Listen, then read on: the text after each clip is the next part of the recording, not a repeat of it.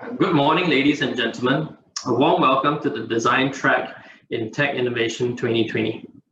I'm Mark, the Executive Director of Design Singapore Council, and thank you IPI for inviting us back again to the Tech Innovation Conference. This year's theme is about catalyzing innovation with design. But can design actually be a catalyst for innovation? And what exactly does design mean? Well, a study by the Design Management Institute in 2016 shown that design-led companies deliver on average more than 200% returns over the S&P 500 than non-design-led companies. So what exactly are these design-led companies doing differently? And again, what does design mean? Well, as Steve Jobs put it aptly, design is more than just making things look pretty. It's actually about making things work. And in fact, it is a key to problem solving and innovating. And this process is now known as design thinking. Design-led companies use design to create value and unlock innovation and opportunities. And for successful innovation and transformation to take place, you need these three elements to be in place. First, technological feasibility. Second, business viability. And third, market desirability. A good design-led process enables an organization to bring these three elements together in order for innovation to take place. And this process also needs to be underpinned by great empathy for your user needs and the experience with your product, service, or experience. Well, actually now here's a great example of how a company leveraged design to propel innovation in Nike. Nike has actually completely reinvented its shoe manufacturing process. And rather than setting out to design a new shoe, the company designed a new way to conceptualize the manufacturing of an athletic shoe itself. Nike's designers pioneered the new Nike Flyknit technology to deliver a peak performance shoe for athletes in a sustainable way. It actually took them 195 tries using the reinvented manufacturing process before the Flyknit racer was actually born. And it was a shoe that was more environmentally friendly and reduced wastage by some 80% as compared to other traditional Nike footwear. Such is the power of using design and design thinking, where you start with how you can make your products or services better for your customers, and then balancing that out with technological and business viability. And this is also what we at Design Singapore strive to do, and that is helping businesses adopt design and design thinking as a key enabler for them to drive profitable and desirable human-centered innovation. Design Singapore is actually the national agency for design in Singapore. Our vision is to help Singapore become an innovation-driven economy and a lovable city by 2025. And we are constantly working closely with the industry, design consultants, and both public and private sector to help drive business transformation through the use of design. Recognizing the importance of design and technological innovation, our partner IPI invited us to helm an inaugural design track at last year's Tech Innovation Conference. And this session was very well received by the tech community, and we invited prominent design professionals and practitioners to share. And this year we are bringing you two plenaries, one on sustainability and the other on smart and livable cities. Each plenary is anchored by three prominent speakers, pioneers in their own fields in the space of design and innovation, and we are honored to have them grace today's session. We've also added two new segments in this year's design track, the Design Runway and the Design Think Tank. And much like IPI's crowd pitching and crowdsourcing, but for designers and for solutions primed at using design. So we hope you'll have a fruitful session of great takeaways on the value of design and its role in catalyzing innovation. And once again, I'd like to thank all the speakers who have graciously offered their time and effort in making this design track come to life, and I'm sure it will be an inspiring and illuminating one. And with that, thank you.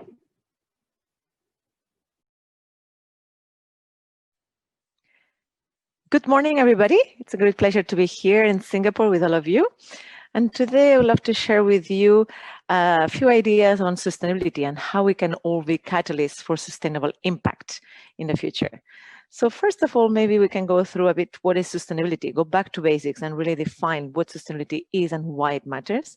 Then we can go through the ESGs and the ecosystem that is part of it, all the catalyst opportunities and solutions that exist, and we can be as well part of them, and the sustainable investment role that we can all play as well, a very crucial stakeholder.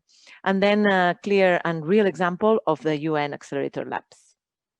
So if we start really about what is sustainability and what it truly, why it matters. So it is this nice combination of connecting environmental and energy factors with social issues and governance concerns. So that is a very beautiful definition of sustainability, but at the same time, we can go deeper as well on what is it really in terms of the ability to exist constantly. And it refers to this capacity for the biosphere and human civilization to coexist. Great definitions come as well if we go deeper in terms of financial models, business models, and new ways of connecting is as well the people. So connecting all the people that what can make this connection with the planet itself, how can it coexist and be variable, and how can we as well create sustainable business models that bring profitability into the economical or financial system. So that's this very holistic combination of people, planet, and profit that aligns to be variable, equitable, and viable. So again, it's this ability to coexist, and the word itself says to be able to sustain itself. In fact, this has come, a long way. Since many years ago, even 30 years ago, we started all to talk about these important topics. So it was about climate change. What is it? How does it matter? Then we started to think, yeah, it's definitely a problem. Then, this great graphic explains how even nowadays, 2019 and 2020, we're like, okay, is this still thing going on? It's definitely going on, and we are all part of it. So let's see different ideas to be proactive instead of reactive. So there's a lot of differences. Where do we start? What is the starting point? What is the time horizon? Do we start today? Maybe we could have started earlier, definitely, but is that something that we can wait? There's definitely approach this immediately, and as well have this approach to risk, which are the roles of the ecosystem that all of us we can play, and as well our focus and purpose in the long term. We know there's a lot of challenges, definitely. There's this area of environmental impact, packaging. As you can see, I mean, this happens everywhere, every day. Safety and toxicity as well. This product development, how we can define as well what do we consume and why we consume it. The supply chain management, there's a lot of interesting initiatives. Technology can make definitely that happen today to be much more sustainable. And how can we be consuming as well less energy? So all these are challenges that today we are facing. Which are the opportunities and solutions? Definitely the role, the materials, to go back to the energy, back to basics, what the water, waste, liabilities, compliance. These are all the areas that are part of the solutions, and we will see them in depth afterwards. There's just one important point. What's the truth? So there's this perception in terms of that's, what people say is what is sustainability and what it could be. What do we eat? What do we do? But then the reality as well, we have to bear in mind that that's something that it's connected to, what we can see in the picture. It's definitely important to understand the truth and to be, as a consumers, very mindful of what do we want to consume and why. There's solutions. So we can see a solution is definitely the B Corp. That's quite advanced in the US. Now it's starting to be here as well in Asia. But there is like this stem of definitely different areas, like environmental workers, customers, community, governance. So there's a score. And this B Corp, they have this certification that it's visible to all the consumers. That's one of many potential solutions, but they're starting definitely to be out there. Very important and crucial area that I would love to share with you is the ESGs and the ecosystem. ESGs stands for environmental, social, and governmental. And the environmental sensibility, it's something that it's definitely at the core our society today. And definitely after COVID, it has been enhanced and has been focused. So from everything that we consume, we do, we are as well part of this ecosystem. So how regulators and shareholders are part of these decision makers, how we as consumers, employees of partners and communities are part of this sensibility, and the civil society. So these are areas crucial. Social depth, how, for example, amazing companies like Patagonia have been very strong in taking action. There's all the sensibility, the sincerity, the social part that we are part of, that we are in this environment. So how we as a society, as a community can be part of it. And of course, the governmental applications in the government. So there's different areas that you can comply with different regulations in specific countries, like air, water, carbon emission, waste, product safety, but then some others that are very specific, like community engagement, workers and safety, enforcement, and political engagement. Here in Singapore, for example, I'm extremely impressed on the importance that the government is putting as well to the ESGs and all the part of sustainability, because it's definitely crucial for the long-term impact and growth of the country. So in terms of corporate governance, it's now everywhere, everybody's responsible for that, from the strategic role as well to operational executional. So sustainability is coming across, and we can see as well in the different organizational structures that exist in companies. So we are seeing that digitalization, it's happening as well with sustainability. There's even great examples on Unilever, Procter & Gamble, of course, Patagonia. We see as well in the luxury industry like Kering that they're really taking action. So that's admirable and really something that we can all be part of. And then, of course, it depends when you try to start executing and thinking about it. We can just, think, okay, we wait and see, or think ahead, be prepared, and really be mindful of it. Other solutions that we can share are very important, which is how, for example, we can start supporting all the entrepreneurs and the startups on this area. So to give and to share availability of capital for these early stage startups, as well to define very clear business models and how we can monetize and support these pathways, and these corporate development partners for this CapEx energy that is crucial for long-term success and growth for these startups and then scale-ups. Then another very crucial area is the corporates, as we were saying.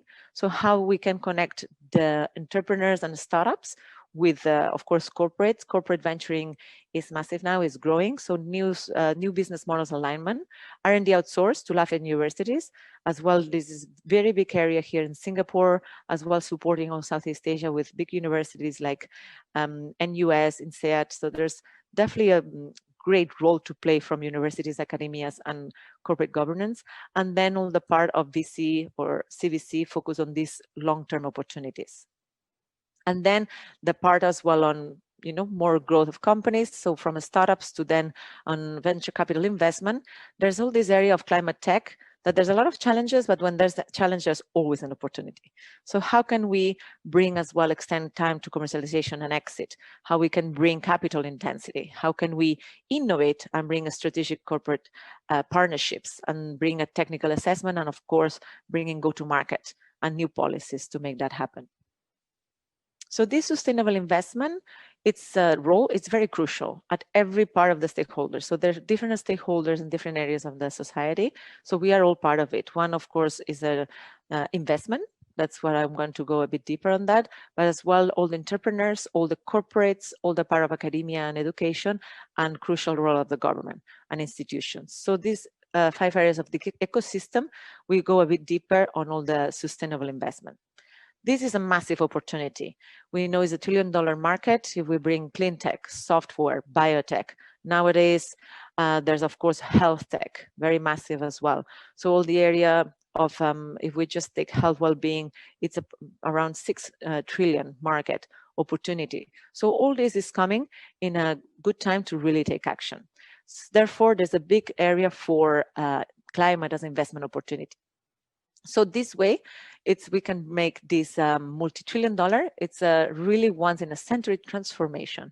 So now we are in this very crucial moment in history. It's really this moment where we can make change happen. it's a moment where we can really connect technology or financial capital as well with all the human capital, and of course with all the community capital. It's a moment where we can connect business with technology, humanity, and make it happen. So this climate tech, this investment, it's crucial, and there's definitely massive potential, and we can invest in different areas from this kind of a later stage as well to make them grow. So when we invest in this part of scale up after the J curve, it's definitely a moment for investment and make the companies grow. And then these critical new technologies and new business models are completely being new and created. So how can we all be part of it?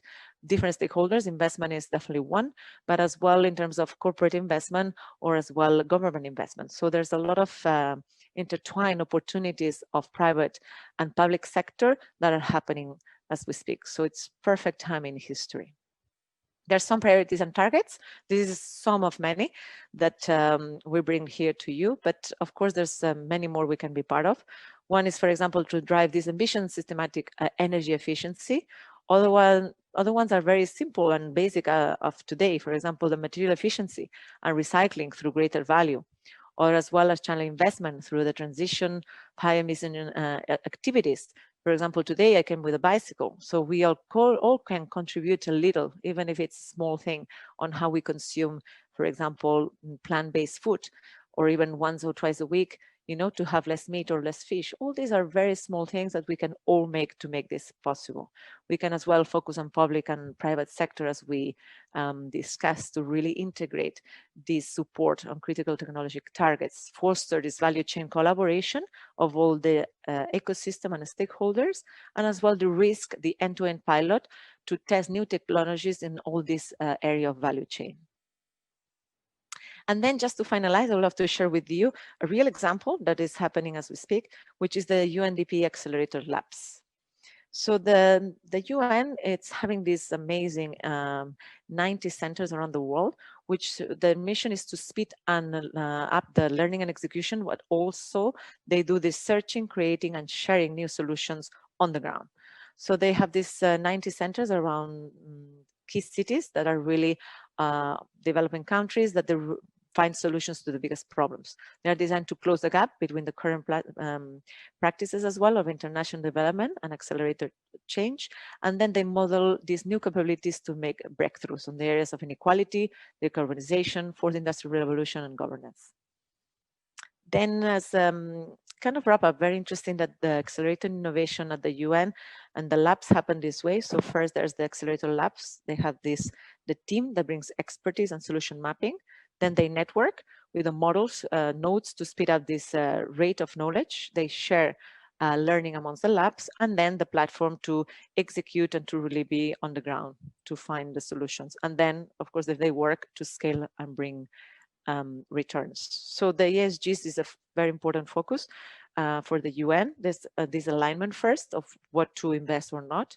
Then the integration of the ESG information to ensure there's a financial as well analysis and there's a return. And then how we measure impact. So it's crucial as well that there's new ways of understanding and measuring impact. So impact can come with new KPIs, new OKRs, new metrics that really bring these areas of ESGs. They already exist. There's many great universities working on that. For example, MIT, Harvard as well has a center of impact. So all this is happening. So how can we all be part of this and integrate them into our ways of starting companies or being part of a corporate, or of course, as investors, or anything related to academia as well, and all the corporate governance institutions. So these 5 areas of ecosystem are crucial. That's why I would love to finalize and to share with all of you that at the end, we are all responsible, and the best way to predict the future is really to create it from today, from now, to be part of this ecosystem. We collaborate, we co-create, we have the courage to lead as we follow, these great examples that we can see that are happening. We here in Singapore, we have a great government, we have a great ecosystem. There's a lot of potential in innovation in bringing technology together with all the business and the humanity, and the investment and the way of being catalyst for impact is definitely possible. So let's be all catalysts for impact and create the future that we want to be part of. Thank you. I am Giulio Bonazzi, and I am the chairman and CEO of Aquafil, and we make synthetic fibers and polymers. But actually, this is not the reason why I am here today. I mean, not because we make synthetic fibers and polymers, but it's the way we make them that is making us very different from the rest of the pack. And I have to tell you that when we started this journey, it was very, very bumpy, because I mean, when I was trying to explain that I wanted to change the nature of my company, that instead of using oil, we wanted to start from waste, and that for me, waste is a very precious raw materials. At that time, it was 2008, bankers were telling me that I was crazy. And luckily today, everything is changing and everybody is keen to finance or to belong to the green and circular economy, even if, of course, we are just at the beginning. And why I'm saying that we make nylon in a very different way? Because we developed a fiber, which we sell through the trade name of ECONYL, which is a regenerated nylon, 100% recycled, and is coming from plastic waste, such as fishing nets, fabric scraps, and old carpets. And this is quite different from the normal production that is coming from petroleum-based raw materials. And this is why we like to say that ECONYL is a sustainable, infinite, and endless polymer or fiber with a global warming potential reduction up to 90% in comparison with traditional oil-based raw materials. But why I say that ECONYL is sustainable? Because we don't take any new resource from the planet. It is 100% coming from waste. And waste, particularly nasty, such as fishing nets that we collect from all over the world, from Europe, North and South America, Asia, and even from Australia and New Zealand, or carpets that are mostly coming from United States and California, plastic scraps that we collect in Europe and from many different places, or fabric trims that are coming from pre-consumer production of our customers that we bring back through take-back systems that are in place with our major clients. And the result is not a waste, but it's a series of beautiful products made by the most prestigious fashion or carpet companies around the world. So with nylon, you can make jackets, you can make backpacks, you can make raincoats, you can make design works, you can make carpets, you can make many different products. Why we say that ECONYL is infinite? Because normally when we deal with plastic recycling, we normally think of remelting plastic waste. And this is bringing many limitations from the aesthetical and from the performance point of view. Well, what we have developed, which is peculiar of very few plastic polymers, is a kind of return to its original building blocks. So we go back one step in the chemical chain. It is called depolymerization.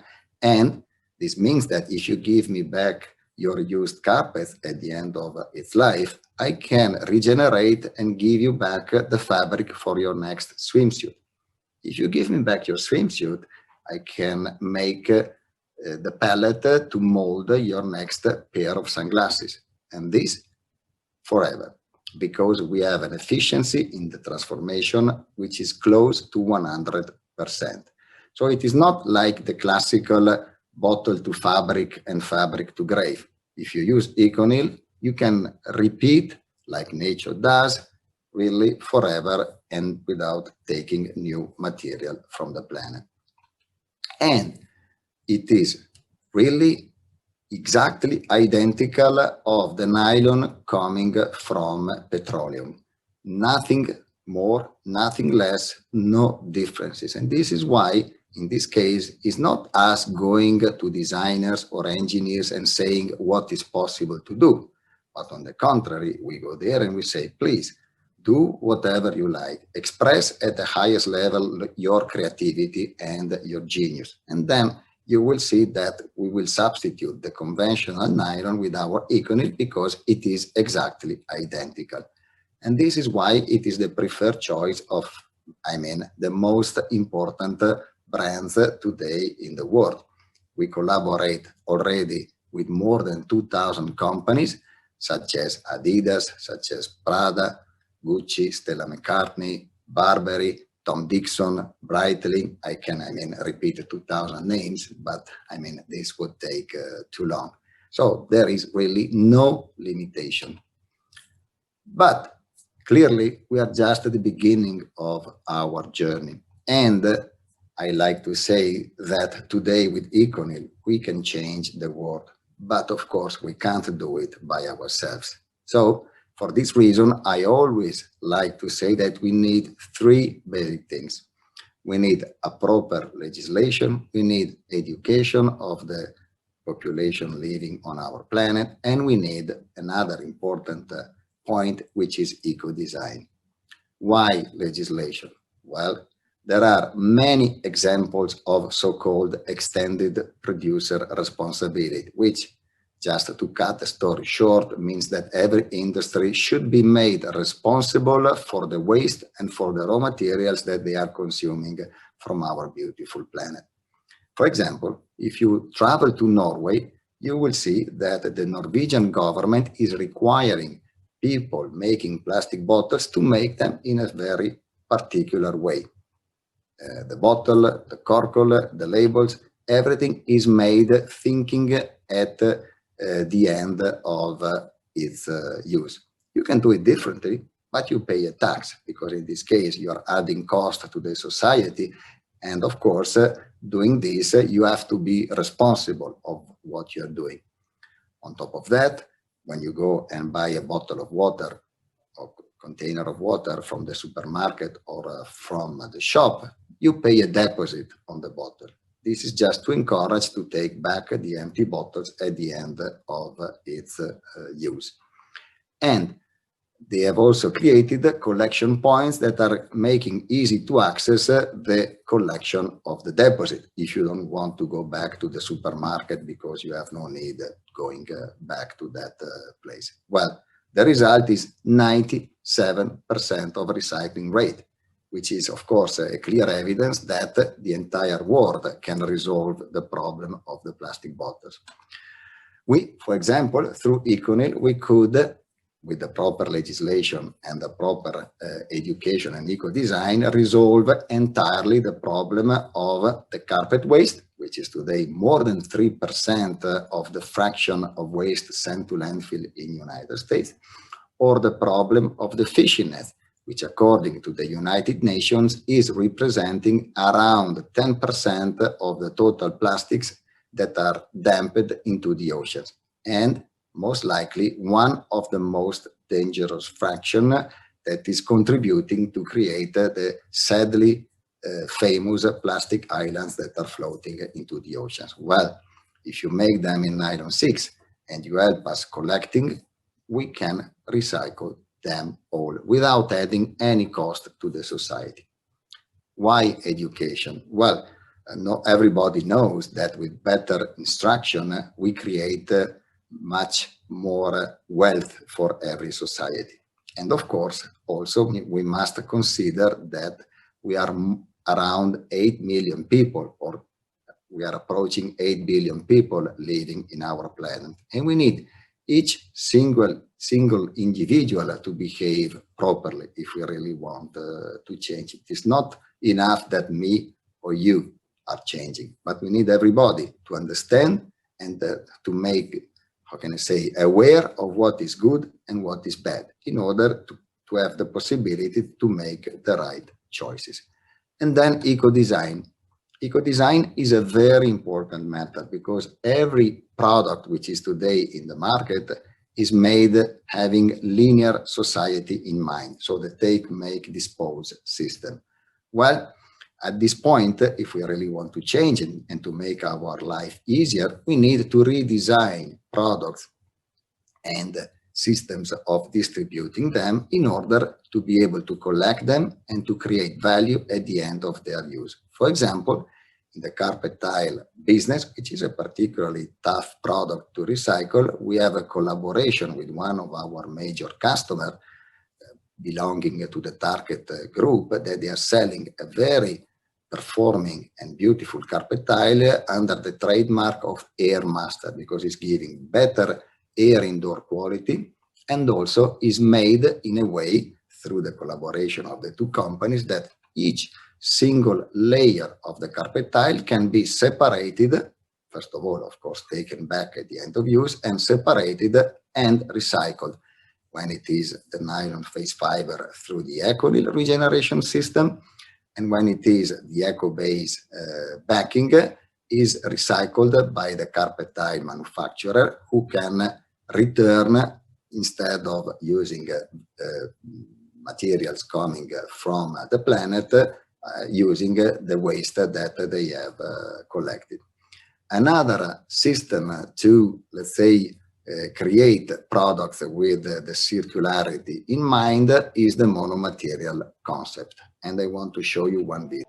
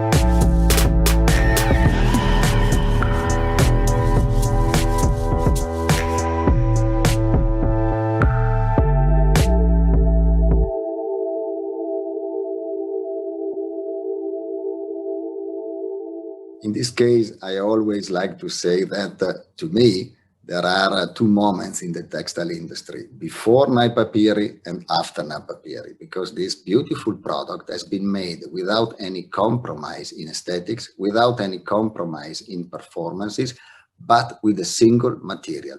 So the entire jacket is made out of nylon 6 or of EcoNil. So the fabric outside, the linings, the material inside to give better coibentation, the zippers, the ropes, the velcros, the fasteners, the buttons, every single component is made of nylon 6. And the jacket is sold with a QR code, aiming of creating a community of people who at the end of use, but not earlier than 2 years, not to encourage fast fashion, they can take back the jacket to the shop and get a credit for the value of the raw material which is inside. At this point, the company will collect the jackets and send them back to Aquafil for recycling them through the EcoNil regeneration system. Clearly, it is very easy to recycle this product. It's one single material.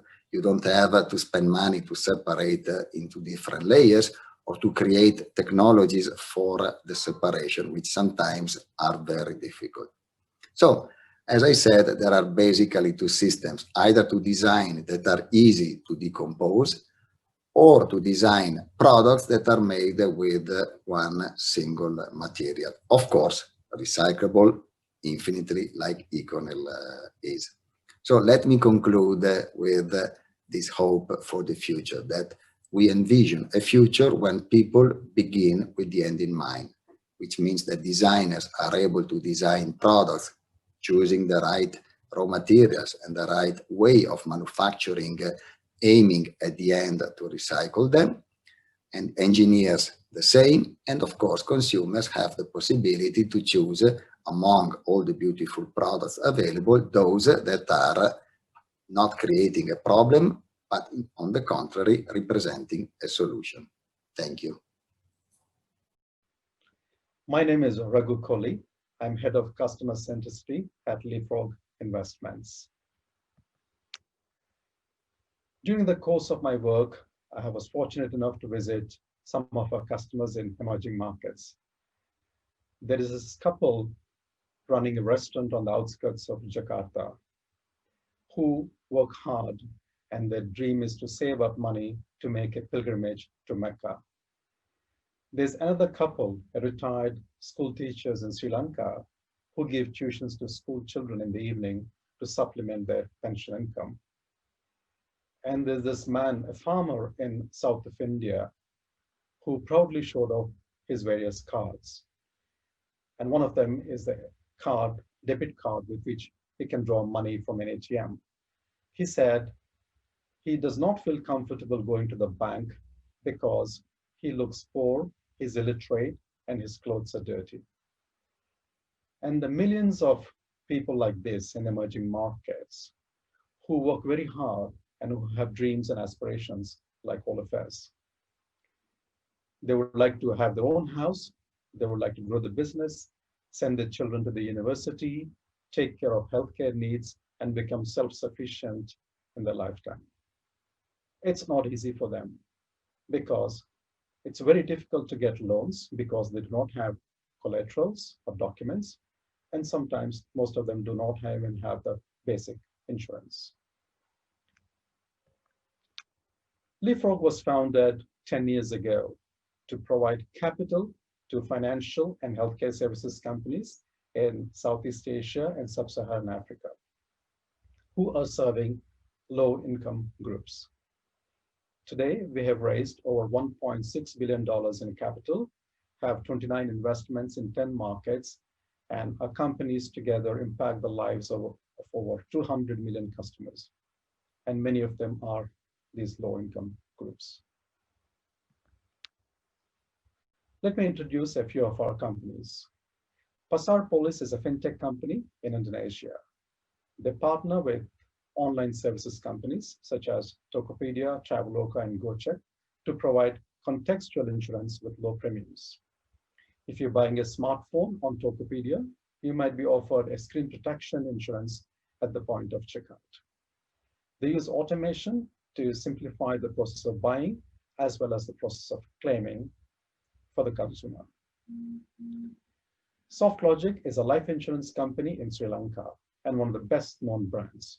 They have an excellent agency network and they recently launched micro-insurance for rural areas in partnership with the Postal Service.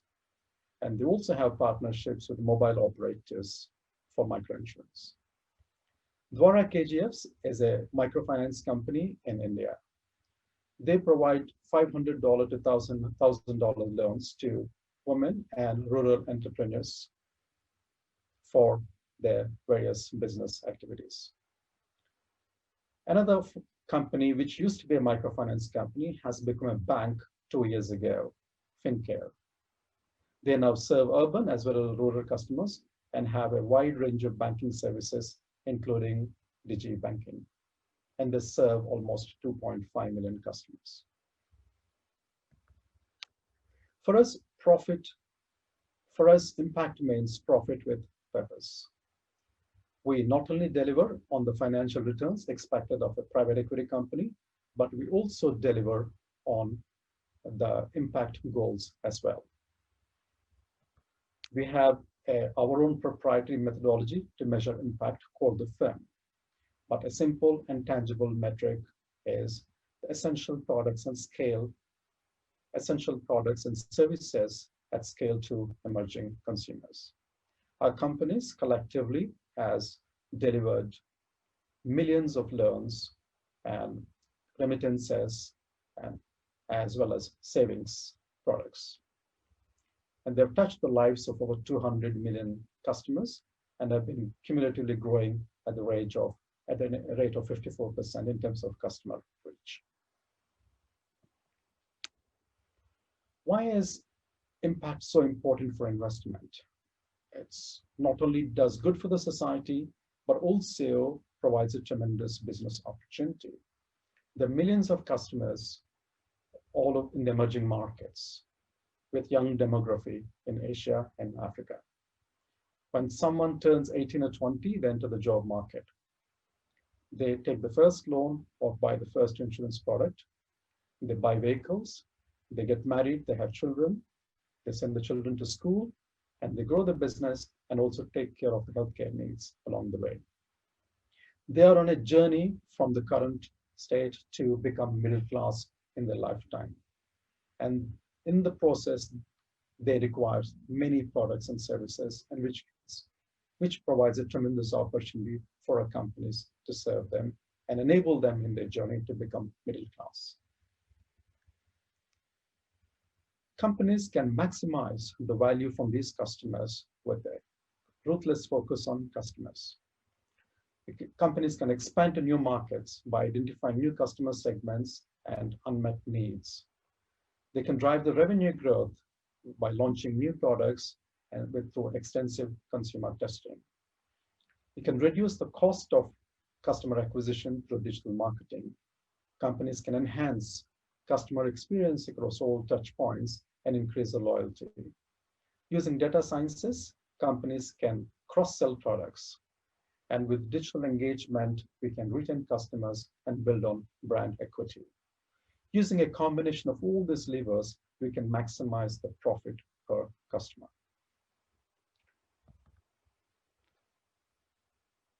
This requires cross-functional effort from various departments: marketing, IT, operations, products, and strategy.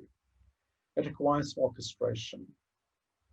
To support this customer-centric culture and build capabilities in our companies in the area of customer experience, we've launched a multi-year program called CX Launchpad.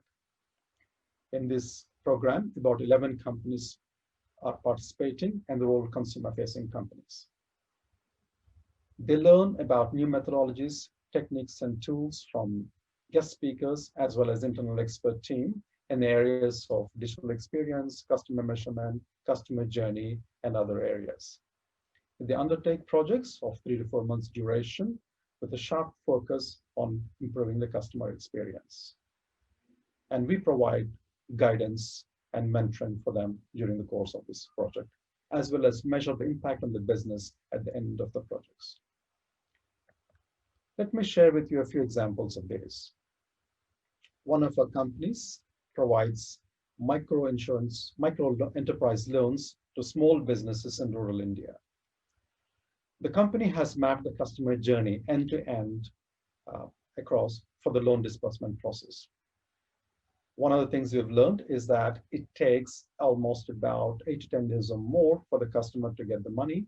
And secondly, it requires several visits by the loan officers to visit the customer to obtain documents or to verify the business for credit assessment purposes. The company has entirely redesigned the process and improved upon the customer credit assessment algorithms. Today, the turnaround time for loan disbursement has come down to 4 days from the previous 8 to 10 days. And they're also able to process more loans per month. LeapFrog also developed a customer experience score measurement and a dashboard. And many of our companies have implemented this. Over 250 to 400 customers are called every month for this score. And it is the dashboard shows a sample for an insurance company across all phases of the journey. Not only do you get a score for each phase, but also for specific areas within that particular journey. Management monitors this on a monthly basis, and in areas where the score is low, such as the areas marked in red, they take interventions to fix those. This is much better than waiting for the survey at the end of the year and then acting on it, because you can intervene this on a regular basis. This has a tremendous impact on many of our companies to improve their operations. Another company, MyLife, launched a micro insurance through USSD a few years ago. And after more than 2 years, they only had a few thousand users because the product was simply difficult to use on the USSD interface. The company has used design experts to redesign the interface completely and test it extensively with the consumers before launching. Since the launch a few months ago, there has been tremendous growth, and they now have over more than 200,000 customers with a month-on-month growth rate of 37%. Clearly, design had a big impact on the traction for customers here. Another company in Nigeria developed an app for the customers. The previous version of the app they had only a few thousand users after 3 or 4 years. Using UX design expertise, this product was launched a few months ago, and now they have more than 18,000 users. And it has a 4.5 rating on the Google Store. Every month, thousands of customers view the monthly statements for the pensions and the transactions history. This reduced the calls to the customer support for these statements, which used to happen previously. As you can see from all these examples, using design to improve the experience of the customers had a tremendous impact on the business performance. If you're a financial services company, government agency, or any business for that matter, and want to impact with experience design, here are a few pointers based on my journey with the LeapFrog over the last few years. I think first and foremost is to identify a member of the senior leadership team as responsible for the customer experience. Customer experience is not necessarily the responsibility of a single function in the company. It cuts across all the company and requires orchestration. Therefore, a leadership team member is required for that. It's absolutely worthwhile to map the customer journey for all products and segments in very detail from the customer point of view. And this will show up many pain points the customers has, which are not usually identified in the operational processes which most companies have. It's very useful to measure customer experience score on a monthly basis rather than at the end of the year, because it gives an opportunity to make interventions. And finally, I think there are capabilities companies need to build in the areas of digital experience design, data sciences, or behavioral sciences. Initially, it might be helpful to have consultants helping, but eventually these needs to become internal capabilities of the company. Creating impact is hard work. It takes time. It requires strategic thinking. And as investors, we have a long-term view on that. Back here in Singapore, I also eat at the hawker stalls, like most of the residents of Singapore. And I had to withdraw money from ATM to pay at the hawker centers because most of them accept the cash. And recently, the government of Singapore, along with support from design agencies and other organizations, have rolled out cashless payment systems for many of these hawkers who are older generation who have difficulties switching to digital platforms on their own. I was very surprised a few days ago when I went to one of my favorite hawkers that they have a QR code hanging there and I could make a cashless payment. Clearly, experience design not only impacts the livelihoods of entrepreneurs like this, but also the economy, as well as the quality of life for consumers like me as well. Thank you to Mark Wee and the team at Design Singapore Council for giving me this opportunity to share my experiences.